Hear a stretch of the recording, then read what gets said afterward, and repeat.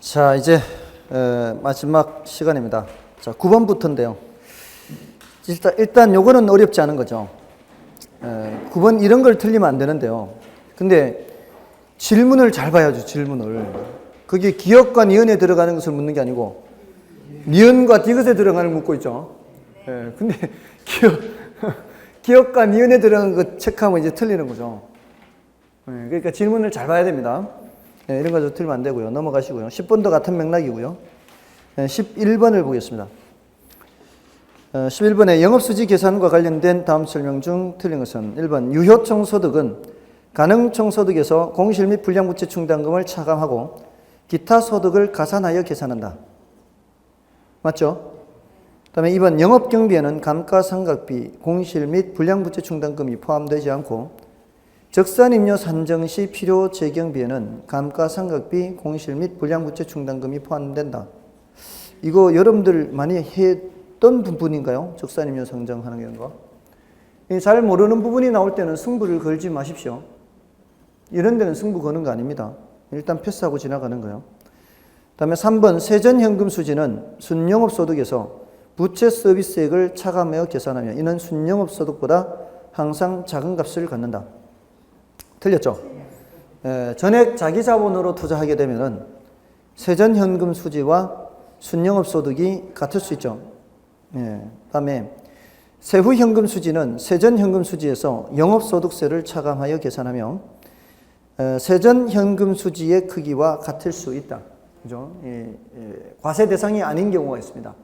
과세 대상이 아니면은 영업소득세가 없습니다. 그러면은 세전현금 수지와 세후현금 수지가 같습니다. 다음에 5번에 영업수지 계산 시 영업소득세를 산정하는 경우에 감가상각비를 고려한다. 맞죠? 이거는 순대이감 하지 않습니까? 순대이감 할 때 그 감가상각비를 알아야 과세 대상 소득을 구하고요. 과세 대상 소득의 세율을 곱하는 겁니다. 자, 됐고요. 넘어가시고요. 자, 12번, 13번, 14번. 자, 이런 형태의 문제. 요거 조심해야 되죠. 자, 이런 형태의 문제도 질문을 잘 봐야 됩니다. 자, 일단 가유순전후입니다. 이제 요게 영업수지 계산이죠. 또는 이제 운영소득 뭐 관련된 계산이요. 그다음에 지분복귀 계산은요. 지분복귀 계산은 매순전후 하죠. 매순전후. 이렇게. 자, 여기서 영업경비가 여기에 들어가죠. 일단 이게 제일 중요해요. 영업경비에 포함되는 항목과 포함되지 않는 항목을 구별해야 되는데 지금 이 부분은 공실 및 불량부채 충당금이 여기 있고요. 그 다음에 기타 소득이 있죠. 기타 소득을 영업 외 소득이라고도 합니다. 그 다음에 여기에 들어가는 것이 부채 서비스액이고요. 여기가 영업소득세죠. 경비 빼고 빚 갚고 세금 내고 이렇게. 자, 요 구조를 일단 알고 계셔야 되고요. 여기에서 영업경비에 포함되는 항목과 포함되지 않는 항목, 포함되는 항목과 포함되지 않는 항목을 구별을 할 수가 있어야 됩니다. 특히 포함되지 않는 항목을 구별을 해야 되죠. 자, 여기서 이미 이런 것들을 알고 있다고 치고요. 여기 부채 서비스에 영업경비 안 들어가죠. 요 밑에 영업소득세도 영업경비 안 들어가죠. 공실 및 불량부채 충당금도 영업경비 안 들어가죠. 그거는 기본적으로 알고 있다고 보고요. 추가로 포함되지 않는 것을 알아야 되죠. 그게 이제 감가상각비 하고요. 영업경비에는 포함 안 되지만 뭐 계산할 때는 알고는 있어야 돼요. 영업소득세 계산할 때는 알고는 있어야 된다고요. 이거는 포함 안 되고요. 자본적 지출도 포함되지 않죠.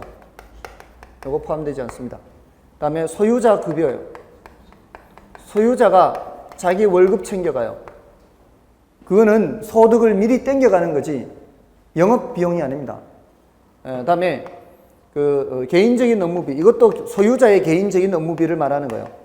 소유자가 자기 개인 업무에 사용하기 위해서 돈 인출해 가는 거예요.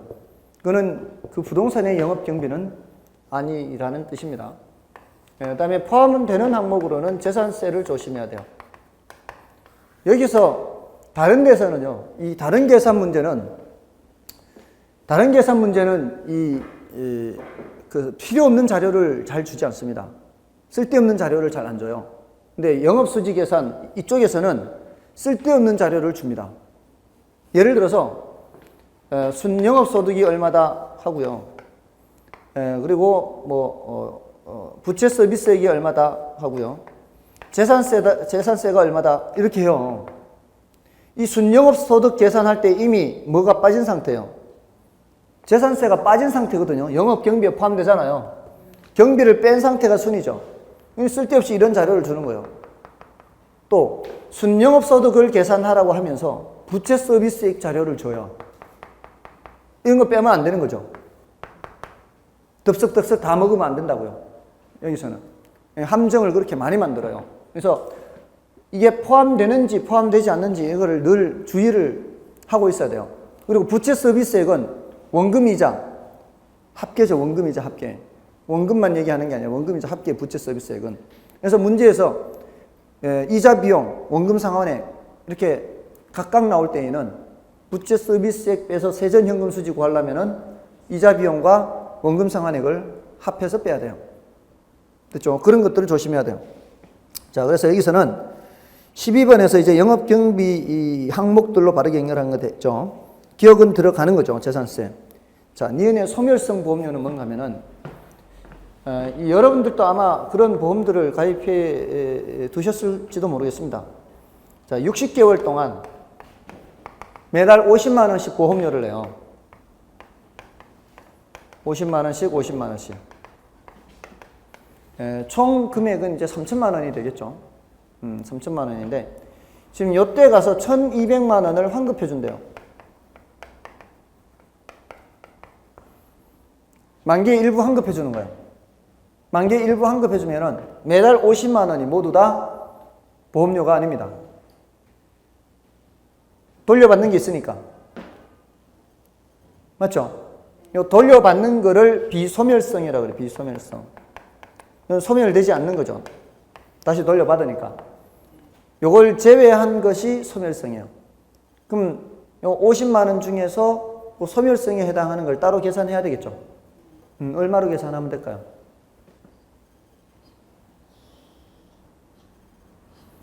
$1200만원이니까 60개월이니까 나누기 60 하면은 한 달에 20만원, 그러면 한 달에 30만원씩이 소멸성, 20만원씩은 비소멸성. 그렇게 하면 안 돼요. 왜냐하면 매달 20만원씩 받을래, 5년 뒤에 1200만원 받을래 하면 뭐가 더 나아요? 매달 20만원이 100번 낫습니다.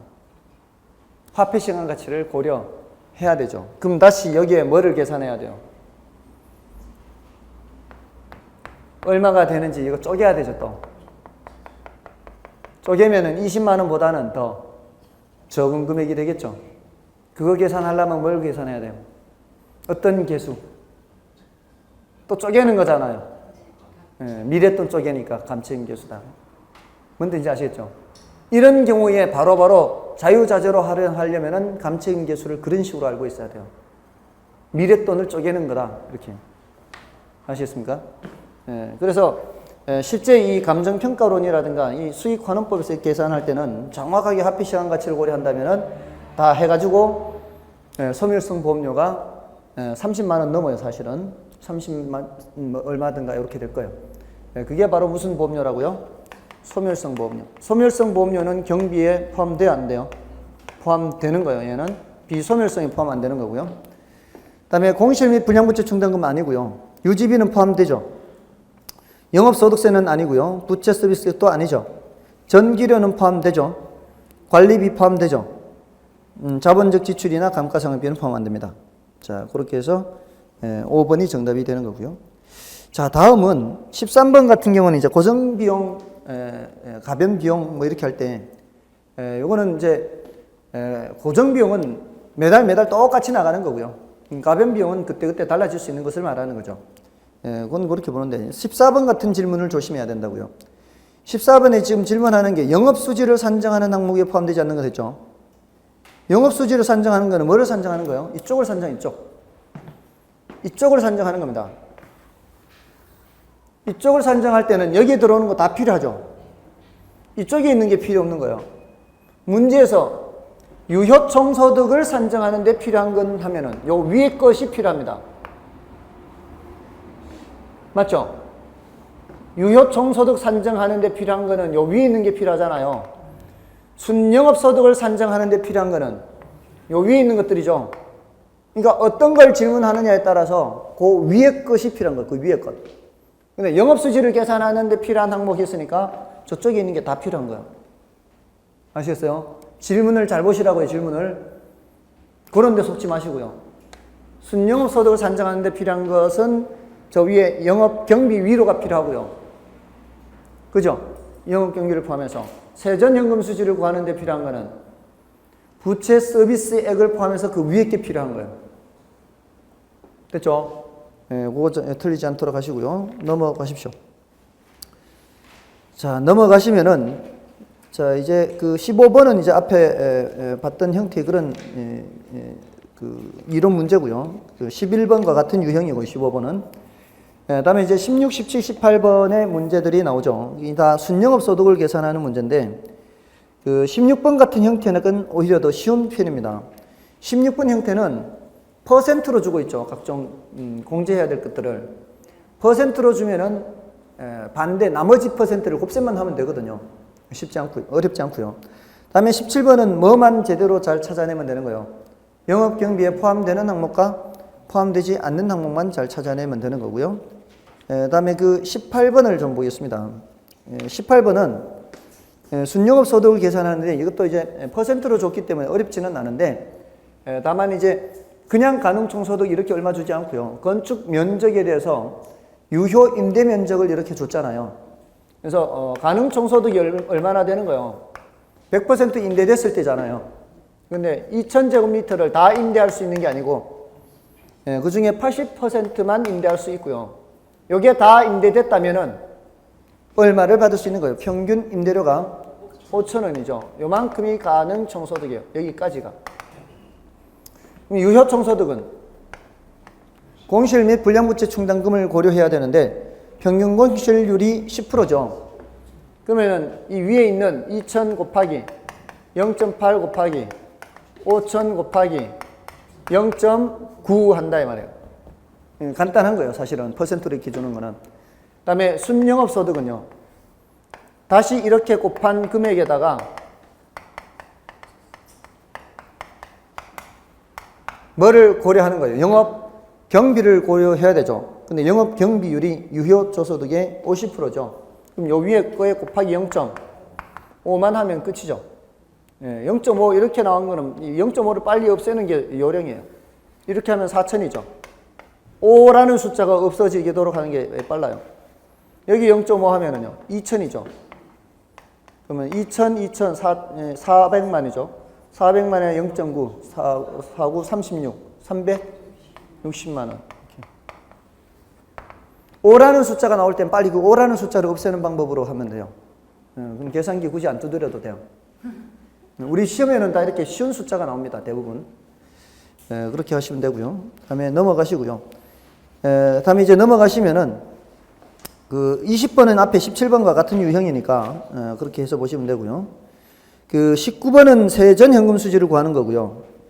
21번은 세후 현금 수지를 구하는 거죠. 어떤 게 더 어려운 거예요? 당연히 세후가 더 어렵죠. 세전보다는. 그런데 그 세후를 물을 때는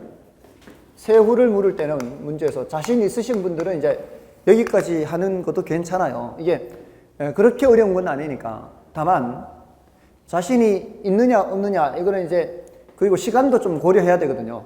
세후 현금 수지를 물을 때 빨리 봐야 되는 게 가유 순전후에서 이 마지막을 계산하는데 그 윗단계에 여기가 영업소득세가 금액으로 주어져 있는지 소득세율로 주어져 있는지를 빨리 확인을 해야 돼요. 그래서 세율로 주어져 있으면 시간이 더 걸리는 방법이에요. 그러니까 그것만 보고도 이거 시간 걸리니까 패스하겠다. 이렇게 해서 패스해서 지나갈 수 있거든요. 그래서 그런 경우에는 요거 이제 순대이감 푸신다면은 어떻게 해야 돼요? 순대이감을 써놓고 시작해야 되는 거죠. 세율로 주어졌을 때는. 그래서 요거 두 개 빼고 이거는 다 하고 이런 건데 여기 지금 시작이 어디서부터 시작해요? 순운영소득부터 시작이죠. 여기가 이제 1억부터 시작이에요. 자, 그러니까 그 오른쪽에 보세요. 재산세 300 나왔죠? 이런 거는 준다고 덥석덥석 빼면 안 된다 이 말이에요. 순운영소득은 재산세는 순운영소득 계산할 때 이미 벌써 빠진 거거든요. 다음에 부채 서비스액이 어떤 거예요? 부채 서비스액이 바로 연간 융자 월 부금이에요. 그러니까 연간이란 단어를 빼보세요. 연간이란 단어를 빼면 융자 월 부금이죠. 그러니까 연간이란 단어를 붙인 거는 융자 월 부금을 1년치 다 합했다 이런 뜻이에요. 12달치를 합했다 이런 뜻이에요. 그게 연간 융자 월 부금이에요. 자, 근데 융자 이자가 5천만 원이죠. 그 소리는 원금 상환분이 2천만 원 있다는 얘기입니다. 그래서 여기서 원리금 합계액이 7천이니까 여기서 7천을 빼는 거죠. 그러면 남는 거는 3천, 세전이 3천이에요. 자, 여기서 이제 뭐를 계산해서 빼야 돼요? 영업소득세를 계산해서 빼야 되는 겁니다. 자, 그럼 영업소득세는 순대이감 이렇게 내려와야죠. 순이 1억이고요. 이거는 고려할 필요 없고요. 없으니까. 이자 비용이 아까 5천이라 했고요. 감가상각비가 얼마라고요? 500인가요? 그러면 5,500을 빼는 거죠.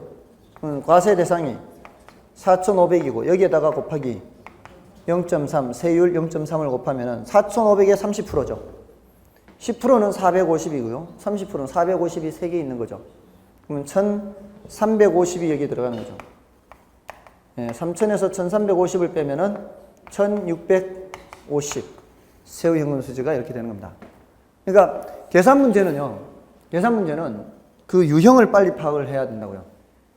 지금까지 출제됐던 세후 현금 수지 가장 어려운 형태가 이런 형태예요. 세율로 주었으니까 그 세율에 따라 순대이감을 옆에 써놓고 시작하는 거죠. 아시겠죠? 세율이 나왔을 때는 세금이 나오면 그냥 금액으로 나오면 그냥 계산하면 되지만 세율이 나왔다 그러면 순대이감 써놓고 한다 이렇게 그렇게 패턴으로 그렇게 파악을 하시면 됩니다. 다음에 이제 주요 기출 문제 이거는 이제 여러분이 보시고요. 투자 분석 기법으로 넘어가도록 하겠습니다. 저희 투자 분석 기법으로 넘어가시면 이제 투자 분석 기법에는 할어비가 있죠. 할어비, 할인현금 수지 분석법과 어림셈법과 비율 분석법이 있죠. 자, 그 일단 어느 정도 계략적으로는 알아두셔야 되겠죠. 그 할어비를. 이 할어비에서도요. 그 이론 문제는 어렵지 않습니다. 이론 문제는 좀 쉽고요. 계산 문제가 좀 어려운 편이에요. 그래서 이런 문제는 웬만하면 맞출 수 있도록 정리를 해 두셔야 됩니다. 일단 그 화폐 시간 가치를 고려하는 게 뭐고요? 할인 현금 수지 분석법이죠. 이거는 시간 가치를 고려하는 방법이에요. 자, 여기는 뭐가 있죠? 순수내가 있죠. 순수내. 순현가법이고요. 수익성 지수법이고 내부수익률법이고. 얘네들의 의사결정 기준이 되는 숫자는 0이고 여기는 1이고 내부수익률법은 내부수익률이 요구 수익률보다 크거나 같으면 채택을 하죠.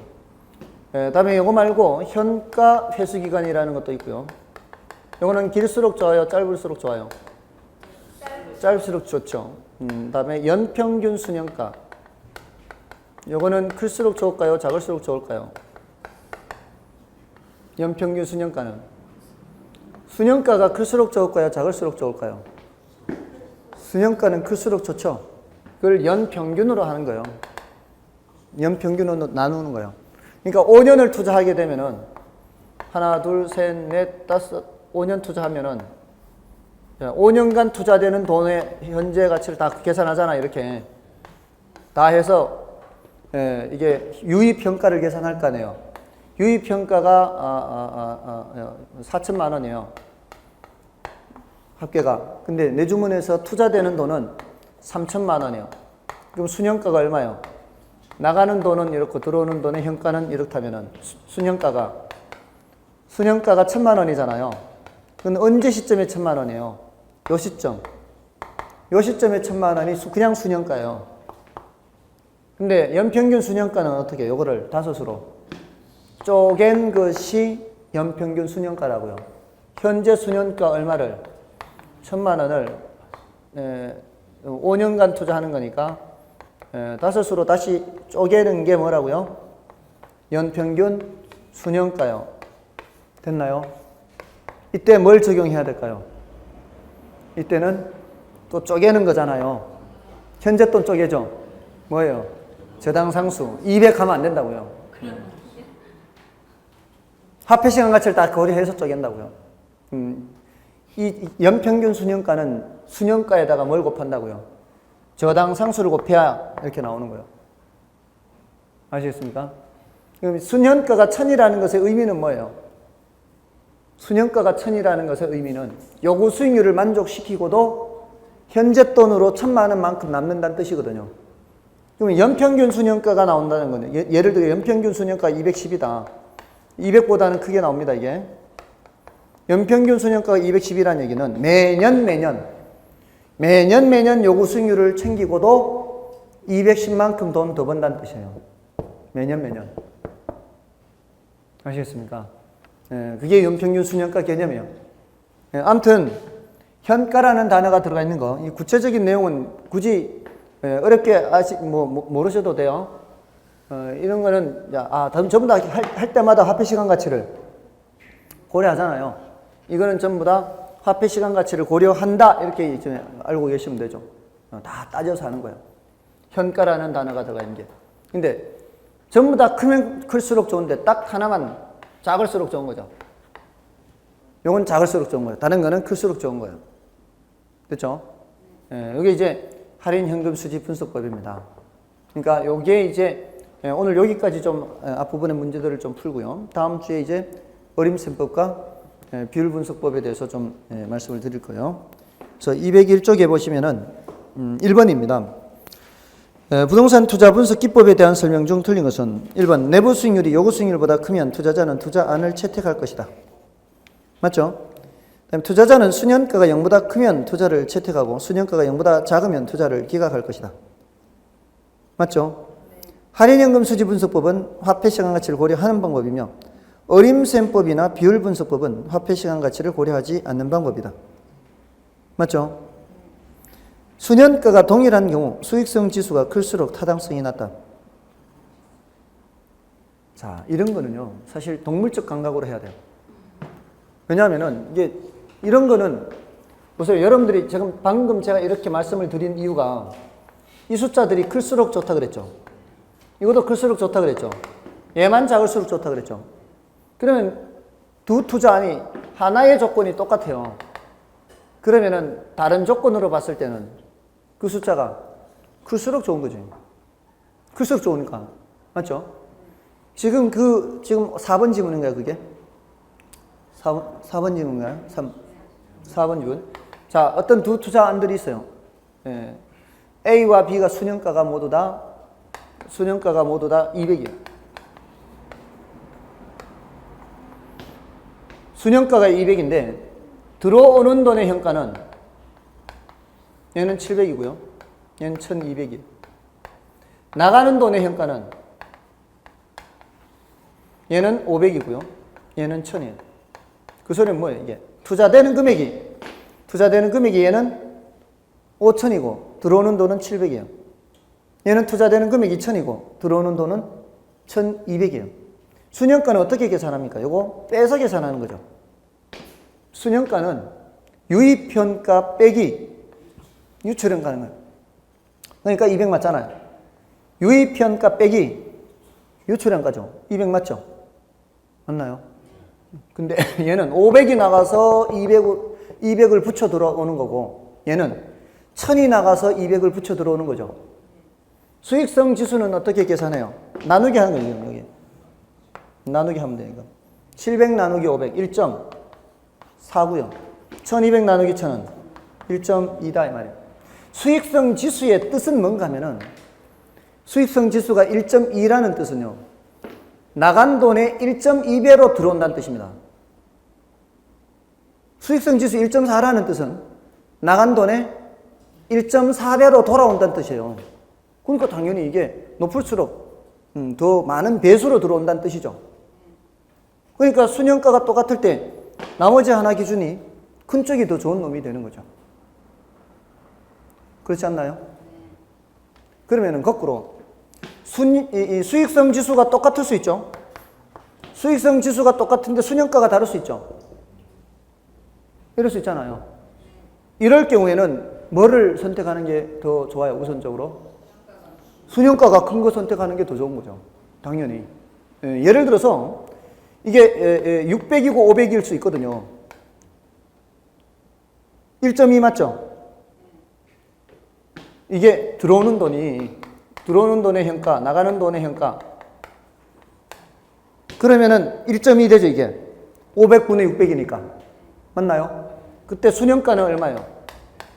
100이죠. 자, 여기는 1000이 나가서 1200으로 들어온다, 지금 전에. 이런 순현가가 200이잖아요. 이렇게 똑같을 때 뭐가 더 좋다고요? 요놈이 더 좋다, 이거죠. 됐나요? 예, 그렇게 보시면 됩니다. 자, 됐고요. 나머지 5번은 이제 순현가법에 대한 옳은 정의가 되는 거죠. 자, 됐습니다. 넘어가시고요. 2번 문제를 보겠습니다. 제가 예전에 시간이 조금 여유가 있을 때는 수영을 오전에 했거든요. 여기서 할 때는 수영을 새벽에 일어나서 6시 좀 넘어 일어나야, 한 6시 반쯤에 일어나서 머리 부스스한 상태에서 넥타이 메고 수영장으로 출근하는 거예요. 왜냐하면 수영 끝나자마자 출근해야 되니까. 그래서 면도도 안 하고 막 이렇게 넥타이는 메고 수영장으로 출근해서 수영하고 7시부터 8시까지 부랴부랴 이제 나와야 되는 거죠. 그렇게 출근한 경우가 있었어요.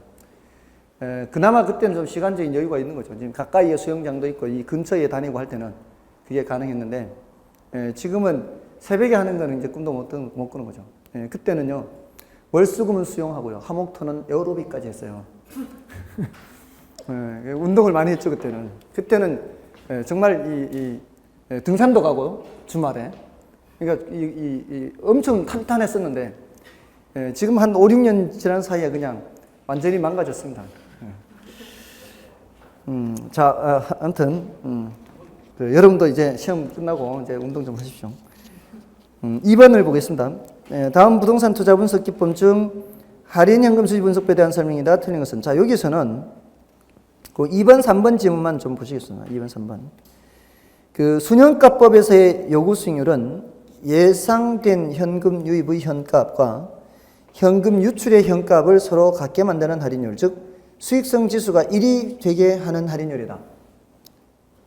이건 요구 수익률을 말하는 게 아니라 뭐예요? 지금 내부 수익률을 설명하는 거죠. 맞죠?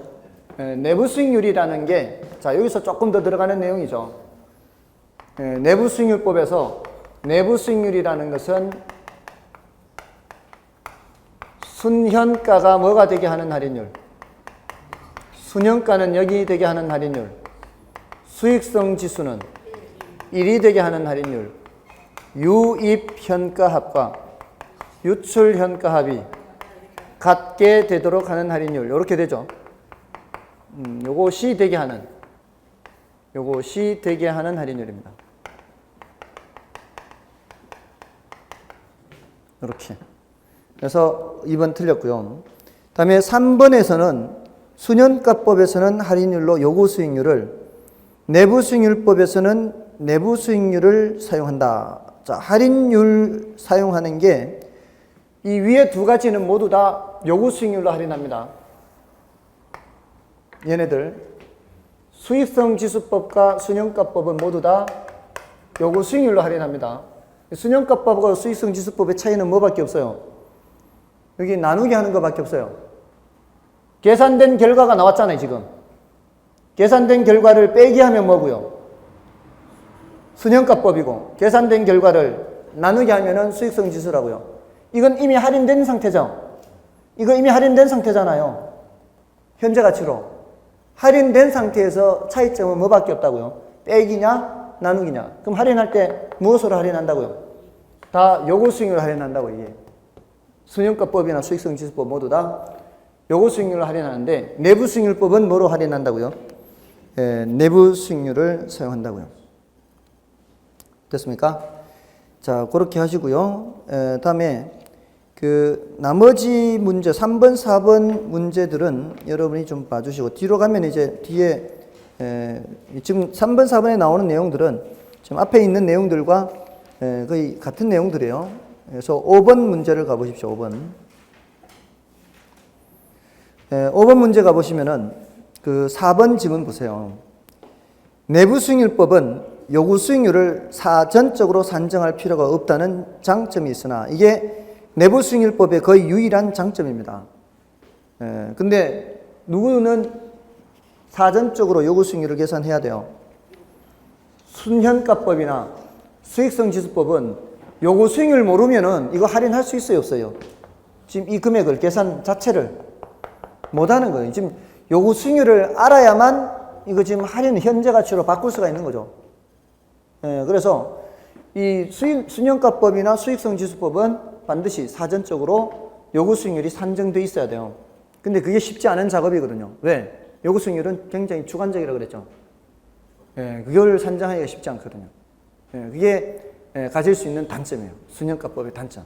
근데 유일한 단점. 나머지 측면에서는 모두 다 순현가법이 더 우수합니다. 자, 어쨌든 그런 내용이고요. 다음에 복수의 해 문제 있죠. 내부 수익률법은 장점은 그런 게 있잖아. 대체로 단점이 더 많아요.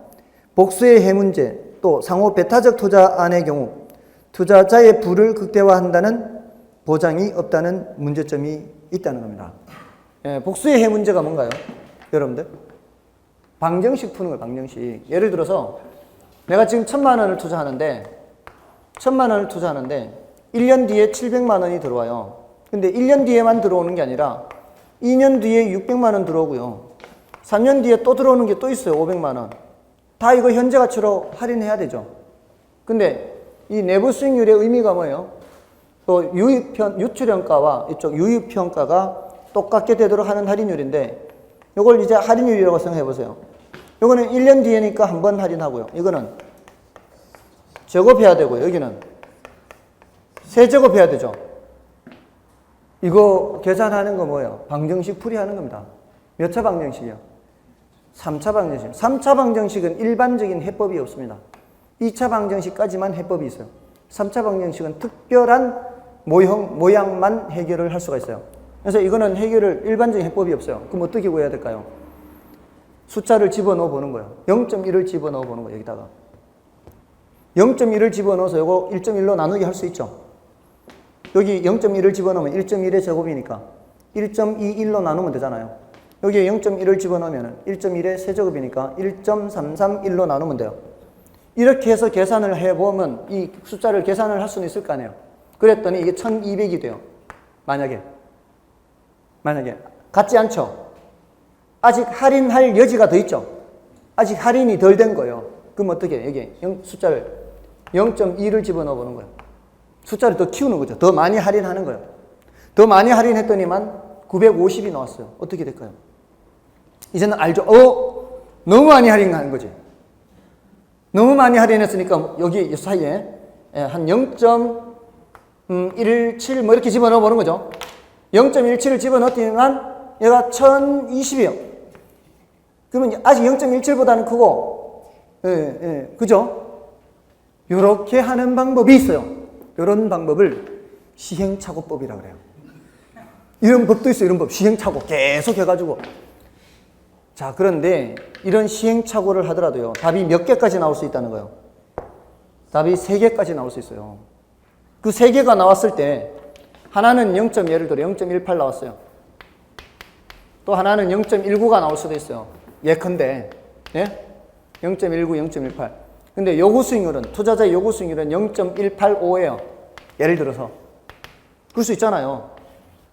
자, 그러면 0.185 요구 수익률이고 이거든 다 내부 수익률인데 얘를 보면은 투자를 하지 말아야 되고요. 얘를 보면 투자를 해야 돼요. 요구 수익률보다 크니까. 이렇게 복수의 해, 이게 복수의 해.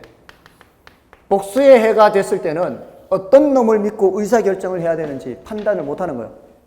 그래서 그 복수의 해 문제가 있다 이렇게 얘기하는 겁니다. 그리고 이 내부 수익률법이나 수익성 지수법에 의하면 투자자의 부를 극대화한다는 보장이 없다는 그런 단점이 있다는 겁니다. 자, 그런 정도로 하고요. 나머지 5번 지문은 뭔가 하면은 그 5번 지문. 현가회수기간법은 단순회수기간법과는 달리 화폐 시간 가치를 고려한다는 장점이 있으며 단순회수기간법을 적용하는 경우보다 회수기간이 길어진다.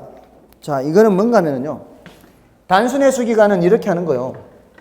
지금 내가 1억을 투자하는데 1억 투자하는데 이게 어디 있는가 하면은 자, 넘어가 보십시오. 넘어가시면은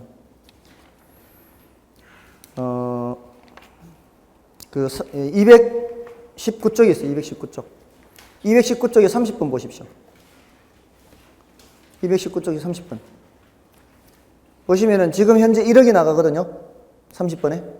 1년 뒤에 2천 들어오고, 2년 뒤에 3천 들어오고, 3년 뒤에 4천 들어오고, 4년 뒤에 4천 들어오고. 이렇게 해서 1억이 회수될 때까지 걸린 시간을 계산하는 거예요. 근데 1, 2, 3년째까지 가면은 2천 더하기 3천 더하기 4천 그냥 더하는 거예요, 숫자를. 그러면 3년째 9천이죠. 4년째 1,000만 원이 더 들어와야 되죠. 4년째 1,000만 원은 4분의 1이니까 1, 4분기 지나야 돼요. 그러니까 3년 3개월이에요. 이거는 단순 회수기간이에요. 단순 회수기간. 그런데 이거를 할인하는 거야, 할인. 첫 번째 년도 2천을 할인하고요. 두 번째 년도 3천 할인하고요. 세 번째 년도 4천 할인하고요. 네 번째 년도 4천 할인하고요. 할인을 해서 더 하는 거예요. 숫자가 커지겠어요? 작아지겠어요? 작아지죠.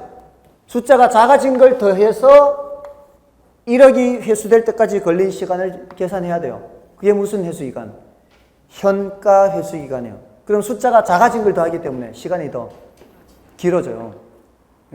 그게 이제 현가 회수기간이요. 그래서 다시 그렇게 앞으로 가시고요. 다음에 마지막이나요. 6번 문제만 풀고 6번, 7번, 8번까지가 할인 현금 수지 분석법에 해당하는 내용입니다. 그중에서 6번을 좀 풀어드리겠습니다.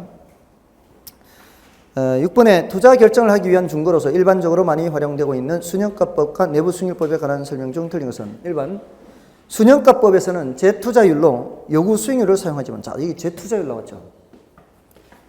재투자율과 할인율은 같은 개념입니다. 재투자율과 할인율은 같은 개념이에요. 자, 여러분들 지금 100만 원이 투자돼요. 근데 2년간 투자돼서 여기 121만 원이 된다고 하면은 이게 1년에 10%씩 수익률이 발생한다고 해보세요. 첫 번째 연도 말에 얼마 돼요? 110만 원이 되겠죠. 이걸 다시 재투자하는 거예요. 10%로. 여기서는 10원이 이제 수익이 붙었지만 여기서는 110에 10% 재투자할 때 원금은 110이에요. 여기 수익은 11이죠. 그러니까 110에서 121이 된 거 아닌가요? 자, 그러면은 현재 100만 원 투자해서 2년 뒤에 121만 원 발생한다는 얘기는 연 몇 퍼센트의 수익률이 발생하는 거예요? 연 10%가 복리로 재투자되는 거죠. 맞나요? 그래서 이쪽으로 갈 때는 재투자 수익률이 되는 거고요. 이쪽으로 올 때는 할인율이 몇 프로란 얘기예요? 할인율이 연 10%란 얘기예요. 그래서 얘를 121을 1 플러스 0.1에 제곱하면 다시 뭐가 된다고요? 100만 원 이렇게 된다 이 말이에요. 재투자 수익률과 뭐와 같은 거예요? 할인율이 같은 거예요. 아시겠죠? 그래서 내부 수익률 순현가법에서는 재투자율로 요구 수익률을 사용하지만 내부 수익률법에서는 재투자율로 내부 수익률을 사용하는 거예요. 그러니까 할인율이라고 생각하면은 그대로 연결이 되는 겁니다. 그다음에 내부 수익률이란 투자에 대한 현금 수입의 현재 가치와 현금 지출의 현재 가치를 같도록 하는 할인율, 즉 순현가를 0이 되게 하는 할인율을 맞고요. 그다음에 순현가법을 준거로 우선순위를 결정하여 투자했을 경우 이것이 반드시 투자자의 부를 극대화시키는 것은 아니다. 여기 틀렸죠? 순현가법에 의할 경우 항상 투자자의 부가 극대화되는 겁니다. 그래서 틀렸고요. 그다음에 순영가가 플러스면 투자를 기꺼이 하려고 하고 마이너스일 때는 기피할 것이다. 맞고요. 일반적으로 순영가법이 내부수익보가 투자 준거로서 우월한 것으로 평가됩니다. 자, 이거와 관련된 이제 계산 문제가 뒤에 있기 때문에요. 뒤에서 계산하면서 조금은 더 풀어볼 겁니다. 자, 근데 7번에 3번 지문 좀 체크를 할게요. 7번에 3번 지문. 투자 금액이 동일한 서로 다른 두 투자 내 현금 유입의 총액이 동일할지라도 그 소리 뭔 소리요? 1억이 유입돼, 1억. 1억에 유입이 되는데 A나 B나 모두 다 3천이 먼저 들어오고 7천이 들어오는 경우하고요. 7천이 먼저 들어오고 3천이 나중에 들어오는 경우하고요. 둘 다 총액은 얼마 들어오는 거예요? 1억이 들어오죠. 근데 6개월 뒤에 이렇게 들어오고 12개월 뒤에 이렇게 들어오는 거하고, 자, 이러면은 어떤 게 더 나은 투자 아니란 얘기예요? B가 더 나은 투자 아니란 얘기죠. 자, 이럴 때 사업기간 후기에 현금 유입이 많은 투자안, 후기에 현금 유입이 많은 투자안, 이게 더 좋은 거예요, 나쁜 거예요? 이게 더 나쁜 거죠. 후기에 현금 유입이 많은 게 더 나쁜 거죠. 더 나쁘다는 얘기는 저런 아까 이 순영가라든가 지워버렸네. 순영가라든가 수익성 지수 이런 걸 계산하면은 누가 더 클 거란 얘기예요. B가 더 좋은 놈이 더 클 거란 얘기. 저게 숫자가 클수록 좋다 그랬잖아요. 그러니까 A의 순영가보다는 B의 순영가가 더 크고요. A의 내부 수익률보다는 B의 내부 수익률이 더 크고요. 맞나요? A의 수익성 지수보다는 B의 수익성 지수가 더 크다 이 말입니다. 됐나요? 됐죠? 화폐 시간 가치를 고려하지 않는다면은 둘 다 똑같죠?